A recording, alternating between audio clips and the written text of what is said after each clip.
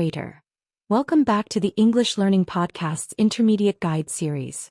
Today we embark on a profound exploration of a universal human experience, the fascinating journey of adapting to new environments and cultures. Whether you're moving to a different city, starting a new job, traveling abroad, or simply engaging with a vastly different social group, the ability to navigate unfamiliar landscapes and integrate into diverse cultural tapestries is an invaluable skill. How do individuals not just survive, but truly thrive when suddenly immersed in a world that operates by different rules, speaks different languages, and holds different values? What are the psychological processes, the social strategies, and the personal qualities that facilitate a smooth and successful transition? How do you overcome the initial feelings of disorientation, homesickness, or cultural shock to find your footing and build a new sense of belonging? This episode is designed to equip you with the essential vocabulary, conceptual frameworks, and practical insights necessary to approach new environments and cultures with confidence and curiosity. Today's discussion moves beyond mere tourism, delving into the deeper nuances of cultural immersion and personal transformation. We are privileged to host a conversation between Dr. Alastair Finch, a distinguished anthropologist specializing in cross-cultural psychology, and Sophia Chen, an acclaimed travel journalist who has lived and worked in over a dozen countries. Their dialogue will illuminate the complexities and rewards of adaptation, offering you a richer understanding of human resilience and cultural fluidity. So, let's explore the intricacies and triumphs of truly adapting to the unfamiliar. Alastair, Sophia, it's a genuine honor to finally connect with you. Your journalistic work beautifully captures the essence of diverse cultures and the human stories within them. Having immersed yourself in so many different environments, what are your initial, most striking impressions when you first enter a completely new cultural setting? Do you immediately pick up on the subtle nuances of social interaction, or is it a more gradual process of observation and adjustment? Sophia, Alastair, the honor is entirely mutual. Your academic research has profoundly shaped my understanding of the cultural landscapes I've traversed. When I first enter a new setting, my initial impression is often one of overwhelming sensory input. There's a distinct auditory texture, the different cadences of conversation, the ambient sounds, the particular rhythm of daily life. The visual panorama is also immediate: the architecture, the public spaces, the clothing, the way people interact physically. It's like stepping into a vibrant, multi-layered painting. Initially, I'm focused on macro-level observations: the general pace of life, the prevailing public mood, the obvious social norms. The subtle nuances of social interaction, the unwritten rules, those take time and dedicated observation. I find it's a more gradual process, akin to piecing together a complex puzzle, where each new observation adds a vital element to the overall picture. Do you find that individuals tend to exhibit a consistent pattern of initial adaptation, or is it highly variable? Alastair, that's an excellent analogy, Sophia, and your description of sensory immersion resonates deeply with anthropological fieldwork. I've found that while there are broad stages of cultural adaptation, often described as the U-curve of culture shock, adjustment, and integration, the specific manifestations are highly variable, contingent on an individual's personality, prior experiences, and intrinsic motivation. Some individuals display immediate openness and curiosity, actively seeking out interactions and new experiences. They might possess a natural disposition towards flexibility and a high degree of emotional intelligence, enabling them to quickly interpret and respond to new social cues. Others may experience a more pronounced period of withdrawal and introspection, grappling with feelings of disorientation or frustration before gradually engaging. What strategies do you employ to consciously acclimate yourself to these new cultural environments, particularly when the social norms or communication styles differ significantly from your own? Sophia, that's very insightful, Alastair. My primary strategy for conscious acculturation involves a blend of active engagement and passive observation. First, I prioritize linguistic immersion as quickly as possible. Even basic phrases and a willingness to try the local language can open doors and demonstrate respect. Second, I actively seek out local mentors or guides, individuals who can offer context, explain unspoken rules, and introduce me to social circles. Third, I embrace culinary exploration. Food is a powerful gateway to understanding culture and often facilitates natural social interaction. Point 1. Simultaneously, I practice intense observational learning, watching how locals interact, react, and solve problems.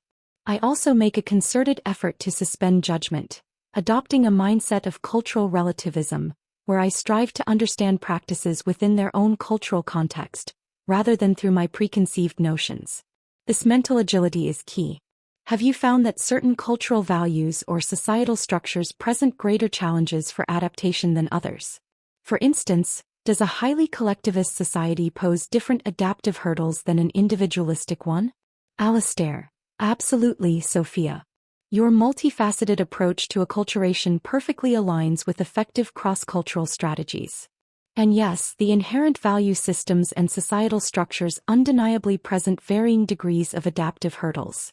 In highly collectivist societies where group harmony, interdependence, and conformity are often prioritized over individual expression, newcomers from individualistic backgrounds might struggle with the emphasis on indirect communication, the pervasive nature of social obligations, or the perceived lack of personal autonomy. They might find the concept of saving face, or the importance of guanxi relationships, challenging to navigate initially. Conversely, individuals from collectivist cultures entering highly individualistic societies might feel isolated by the emphasis on self-reliance, the directness of communication, or the perceived absence of strong community ties. The rapid pace, consumer-driven focus, and emphasis on personal achievement can be disorienting. Therefore, a deeper understanding of these cultural dimensions, power distance, uncertainty avoidance, masculinity-femininity, long-term orientation, as theorized by Hofstede and others, becomes paramount for effective adaptation. Point 2 in your experience, Sophia, how do individuals cope with the inevitable feelings of disorientation, homesickness, or culture shock that often accompany prolonged cultural immersion? Sophia. That's a crucial question, Alistair, and one that every long-term traveler or expatriate faces. My primary coping mechanism is to lean into the discomfort, recognizing it as a natural part of the process. I view these feelings not as failures, but as indicators that I am genuinely engaging with the new culture and expanding my comfort zone. I establish small routines and rituals that provide a sense of familiarity and stability amidst the newness. Perhaps a daily walk, a specific type of coffee, or a regular video call with family. I also actively seek out connections, even if it's just one or two trusted individuals, to share experiences and validate feelings. Maintaining a sense of humor is absolutely vital, allowing me to laugh at my own cultural blunders rather than letting them cause frustration. Furthermore, I engage in mindful observation and journaling, which helps process emotions and articulate new insights. Finally, I make a conscious effort to identify and celebrate small victories in adaptation. A successful conversation in the local language, understanding a complex social situation, or discovering a new favorite local dish. In your research, what role does prior preparation play in mitigating the severity of culture shock and facilitating smoother adaptation? Alistair. Your strategies are exceptionally effective, Sophia, underscoring the importance of both self-compassion and proactive engagement.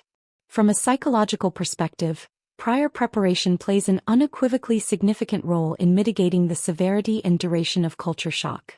This isn't just about practical logistics like visas or housing, but crucially about pre-departure cultural training and psychological readiness. Individuals who engage in cultural briefings, learn about the host country's history, social etiquette, and common communication styles, and even develop basic language proficiency, tend to experience less intense shock. They have a pre-existing cognitive framework to interpret unfamiliar situations, reducing the sense of overwhelming novelty. Moreover, developing realistic expectations about the adaptive process, understanding that challenges are inevitable, and cultivating a mindset of resilience and perseverance are equally vital. It's about building a mental toolkit that includes strategies for stress management, problem-solving, and self-care before the immersion even begins. In your extensive travels, have you observed distinct patterns in how individuals from different age groups or professional backgrounds approach the adaptive process? Do younger people, for instance, generally adapt more quickly, or do experienced professionals possess specific advantages? Sophia. That's a fascinating observation, Alistair. While individual variation is always present, I've indeed noticed some general patterns. Younger individuals, particularly those in their late teens to early 20s, often exhibit remarkable linguistic flexibility and a higher degree of social courage. They tend to be more willing to make mistakes, embrace casual social settings, and forge connections with local peers. This often leads to a faster, more organic integration into the day-to-day rhythms and social fabric of a new culture. However, this spontaneity can sometimes come at the expense of a deeper understanding of historical or complex societal nuances. Experienced professionals, on the other hand, often bring highly developed problem-solving skills, organizational acumen, and a strong sense of purpose to their adaptation. They might be more adept at navigating bureaucratic systems, establishing professional networks, and achieving specific goals, leveraging their existing expertise. Their adaptation might be more structured and goal-oriented. However, they can sometimes be less inclined to shed their ingrained professional or social habits, which might inadvertently create barriers to genuine cultural immersion. It's a trade-off between youthful fluidity and professional gravitas. Have you studied the long-term effects of prolonged cultural adaptation on an individual's personal identity and worldview? Does it fundamentally change who they are? Alastair. That's a truly insightful distinction, Sophia, and your observations about the adaptive strengths and potential blind spots of different age and professional groups are spot on. To answer your question about long-term effects, prolonged cultural adaptation can indeed lead to profound shifts in an individual's personal identity and worldview. It's not uncommon for individuals who have lived extensively abroad to develop a third culture kid identity, feeling a sense of belonging to multiple cultures but perhaps fully to none. This can be incredibly enriching, fostering cognitive flexibility, cultural empathy, and a nuanced understanding of global interconnectedness. However, it can also lead to feelings of re-entry shock when returning to one's home country, as familiar surroundings might now feel unfamiliar or restrictive. The worldview becomes significantly broadened, challenging ethnocentric perspectives and cultivating a more holistic and interdependent mindset. Individuals often develop heightened intercultural communication competence, becoming adept at code switching and navigating diverse social contexts.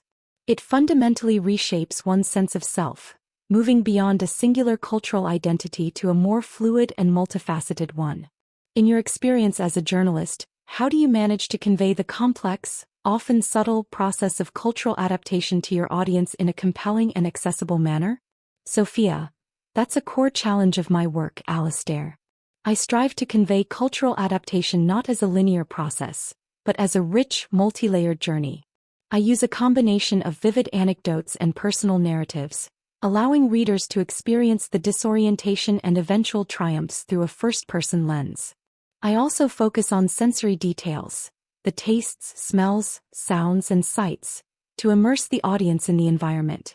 I often employ metaphors and analogies to simplify complex cultural concepts, making them relatable. For instance, comparing the learning of new social norms to learning a new dance, where initial awkwardness gives way to graceful fluidity. I deliberately highlight moments of cross-cultural connection and misunderstanding, showing both the beauty and the challenges of bridging cultural divides. My aim is to foster empathy and curiosity in the reader, encouraging them to see the world from different perspectives. Finally, I interview and incorporate the voices of local residents and other expatriates, providing a range of perspectives on the adaptive experience. From a psychological standpoint, how important is cultural intelligence? The ability to understand and effectively respond to different cultural contexts, in both personal and professional success in a globalized world? Alastair. Sophia, your journalistic approach effectively humanizes the complex process of adaptation. And to your question, cultural intelligence (CQ) is not just important. It is increasingly indispensable for both personal and professional success in our interconnected world. It extends beyond mere cultural awareness, knowing about cultures, and even cultural sensitivity, appreciating cultural differences. CQ involves 4 key capabilities: cognitive CQ, understanding cultural norms and values; motivational CQ, having the drive and interest to adapt; behavioral CQ, being able to modify one's verbal and nonverbal behavior; and metacognitive CQ, the ability to strategize and reflect on cultural interactions. Point 3. Individuals with high CQ are better equipped to build rapport, negotiate effectively, lead diverse teams, and solve complex problems in multicultural settings. Point 4. In personal relationships, CQ fosters deeper understanding and reduces miscommunication. In a professional context, it translates directly into greater innovation, market penetration, and talent retention. It enables individuals to effectively code switch their behavior to align with different cultural expectations, without losing their authentic self. Ultimately, CQ fosters global citizenship and is a cornerstone of sustainable international collaboration. Point 5. In your observations, are there certain common misconceptions or stereotypes about cultural adaptation that you consistently encounter and try to debunk in your reporting? Sophia: that's a comprehensive breakdown of CQ, Alistair, and I completely agree about its paramount importance. Yes, there are several common misconceptions and stereotypes I actively try to debunk. The most prevalent is the idea that adaptation is a linear, one-time event. That you arrive, you adapt, and then you're done. In reality, it's a cyclical, ongoing process, often with moments of regression or renewed culture shock, even after years in a new place. It's a continuous dance between assimilation and maintaining one's own identity. Another misconception is that language fluency automatically equates to cultural understanding. While crucial, language is only one component. True understanding requires grappling with nonverbal cues, historical context, and social hierarchies. I also often encounter the stereotype that adapting means losing your original identity or going native. I strive to show that successful adaptation is about integration, not erasure. It's about expanding your identity, adding new layers rather than replacing old ones. Finally, there's the myth that cultural adaptation is only for adventurous types. I highlight that it's a skill anyone can develop with effort and an open mind. In your psychological work, what are the most common pitfalls or barriers that prevent individuals from successfully adapting to new cultures, even when they desire to do so? Alistair: Sophia, those are indeed critical misconceptions, and your work in challenging them is invaluable. From a psychological perspective, the most common pitfalls or barriers to successful cultural adaptation often stem from a lack of metacognitive awareness and rigid ethnocentrism. Individuals who struggle often exhibit an unwillingness to suspend judgment and instead project their own cultural norms onto the new environment, viewing differences as deficits rather than variations. This cognitive rigidity prevents them from acquiring new mental models. Another significant barrier is unrealistic expectations, believing that adaptation should be quick, easy, or devoid of discomfort. When faced with inevitable challenges, they become frustrated and may attribute difficulties to the host culture rather than the adaptive process itself. A lack of proactive engagement is also detrimental. Individuals who isolate themselves, fail to seek out local interactions, or rely solely on their existing social networks from their home culture miss vital opportunities for learning and integration. Finally, unresolved psychological issues or a low tolerance for ambiguity can severely impede adaptation, as the new environment often magnifies pre-existing anxieties. Successfully navigating these pitfalls requires a high degree of self-compassion, cognitive flexibility, and persistent effort. How do you believe the increasing ease of global travel and digital communication impacts the process of cultural adaptation today, compared to previous generations? Sophia: that's a highly pertinent question, Alistair. The increasing ease of global travel and digital communication has introduced both profound advantages and complex new challenges to cultural adaptation. Point 6. On the advantage side, it has certainly democratized the experience. More people can now travel, work, and live abroad, fostering greater global interconnectedness and personal growth. Digital communication in particular allows for instantaneous and constant contact with one's home culture, which can be a double-edged sword. On one hand, it provides invaluable emotional support and reduces feelings of isolation, mitigating the severity of homesickness. On the other hand, it can inadvertently hinder deeper immersion by allowing individuals to remain too deeply tethered to their home cultural bubble, preventing them from fully engaging with the new environment. It sometimes creates a third space, where people are physically present but culturally absent. This ease of connection can lead to a phenomenon where individuals maintain a strong primary identity with their home culture, experiencing the new environment more as an extended visit than a true integration. Previous generations with limited and expensive communication were often forced into deeper, more immediate immersion. So while technology offers comfort and connectivity, it also demands greater intentionality to truly adapt. How do you think this influences the development of bicultural or multicultural identities in the long term? Alastair. Sophia, your analysis perfectly encapsulates the paradoxical nature of modern connectivity in adaptation. The heightened ease of digital communication indeed presents both a buffer and a potential barrier to deep immersion. This dynamic profoundly influences the development of bicultural or multicultural identities. In previous generations, the sink or swim nature of adaptation often led to a more complete, though sometimes forced, assimilation, or a clearer sense of a bicultural identity formed out of necessity. Today, with constant access to one's heritage culture, individuals have a greater capacity to cultivate a more integrated and nuanced bicultural identity. They can cherry-pick elements from both cultures, creating a personal synthesis that feels authentic. This can lead to what is termed cultural frame switching, the ability to fluidly shift between cultural mindsets and behaviors depending on the context, without experiencing internal conflict. It fosters a truly global mindset where individuals perceive themselves as belonging to a broader human community. However, the challenge, as you alluded to, is the potential for superficial engagement, remaining in a perpetual state of cultural tourism without truly plumbing the depths of either culture. The long-term impact, therefore, is a greater potential for richer, more complex, and more fluid identities, but also the risk of less profound immersion if not approached with intentionality. It requires a conscious effort to balance global connectedness with local embeddedness. In your view, what are the ultimate rewards or transformations that a successful adaptation journey offers an individual? Sophia. The ultimate rewards, Alastair, are nothing short of transformative. A successful adaptation journey broadens one's worldview in an almost irreversible way. It cultivates an incredible sense of resilience and self-reliance, knowing you can navigate the unfamiliar. It fosters profound empathy and understanding for different ways of life, stripping away preconceived notions and biases. Individuals often develop enhanced problem-solving skills, learning to think creatively and outside their original cultural box. Point 7. They become more culturally intelligent, as you described, capable of navigating complex social landscapes with grace. There's also the sheer richness of personal experience. The unique friendships, the shared laughter, the unexpected discoveries, the challenging moments that become powerful growth experiences. It's an expansion of one's very being, adding layers of wisdom, perspective, and compassion. Most powerfully, it often leads to a profound sense of global citizenship, a feeling of interconnectedness with humanity that transcends national borders. It's a journey that doesn't just change where you live, but fundamentally changes who you are for the better. Narrator.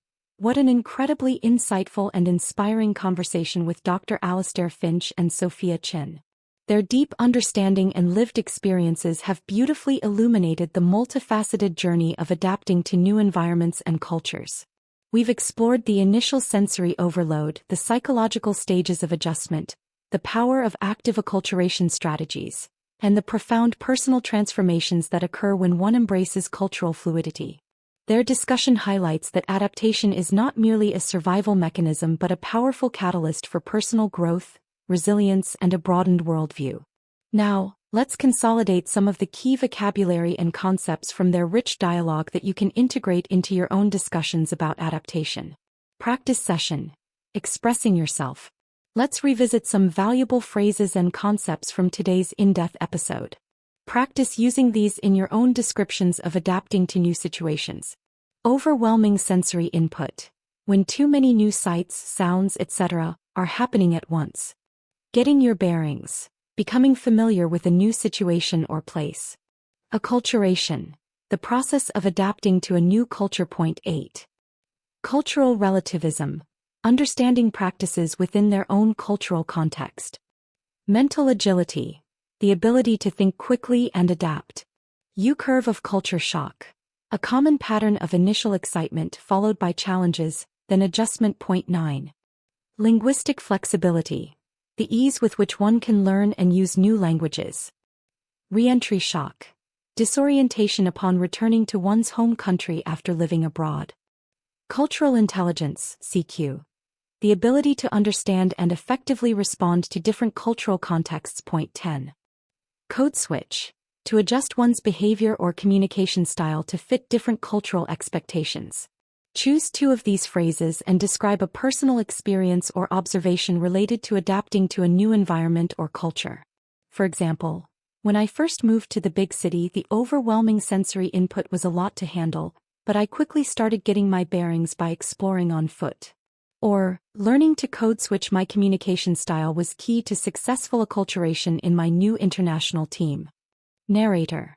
As Dr. Alastair Finch and Sophia Chin so eloquently articulated, adapting to new environments and cultures is a journey that profoundly reshapes individuals, fostering resilience, empathy, and a truly global mindset.